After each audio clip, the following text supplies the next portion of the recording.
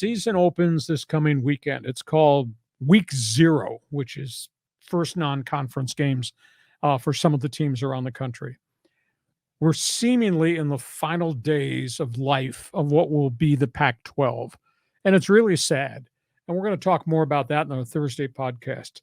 But I will tell you, the information that is leaking out through all the investigative reporting that's being done just paints the presidents of the Pac-12 schools in a really bad light.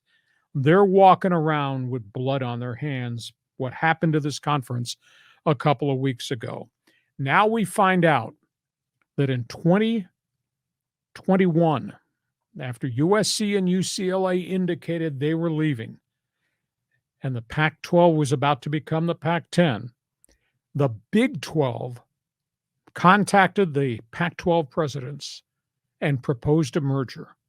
They talked about a merger that would involve all the Big 12 with what was left would be the Pac-10. It would be a 20-team super conference. Wow.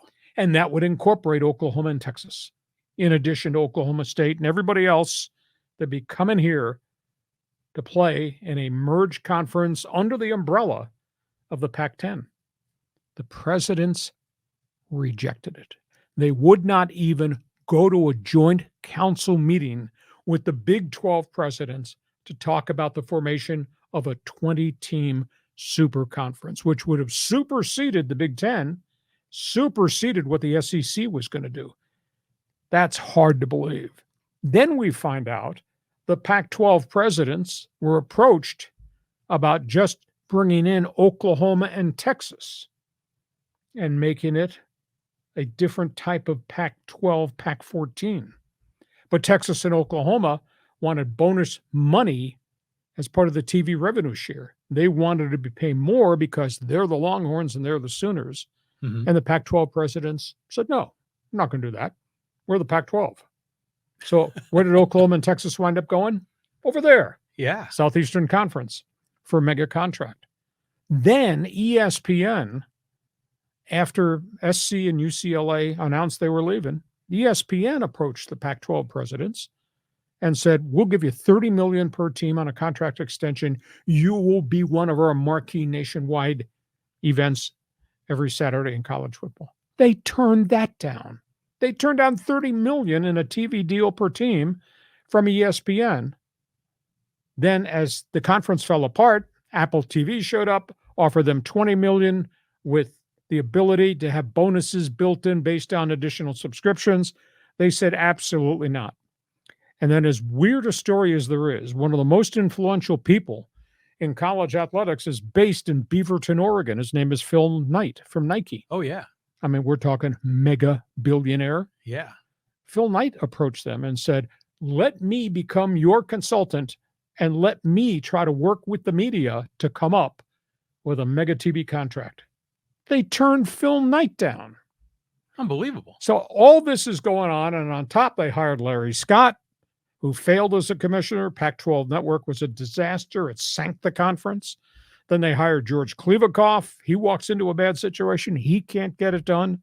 Now they just hired Oliver Luck, former athletic director at West Virginia, NCAA executive.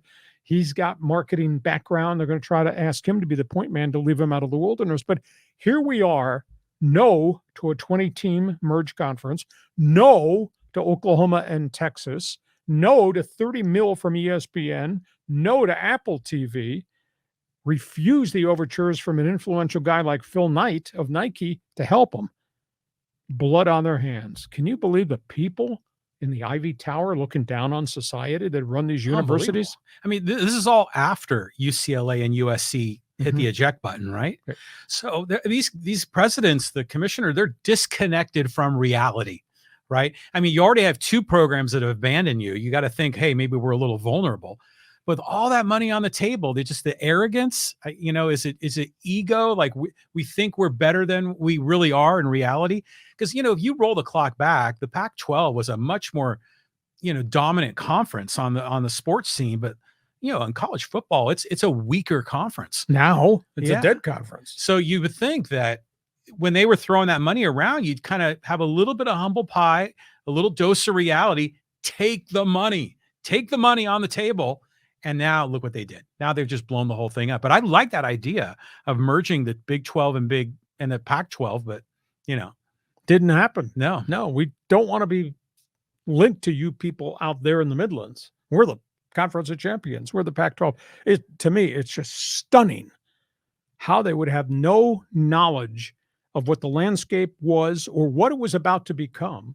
And then when they had opportunity to have a think tank guy like Phil Knight of Nike come in the front door and say, this is where the industry is. This is where maybe we can go. This is what my observation is of what's happened all around us. And they're sitting in the Ivy Tower just not responding. Do you get a sense at all of which of the university presidents is more outspoken or has this arrogance? Because I'm sure there's got to be one or two of them that think they're at the very elite level. Can you say area code 213? Can you say Heritage Hall? Can you say Westwood? And the other problem is there've been such a changeover of presidents at each of these universities.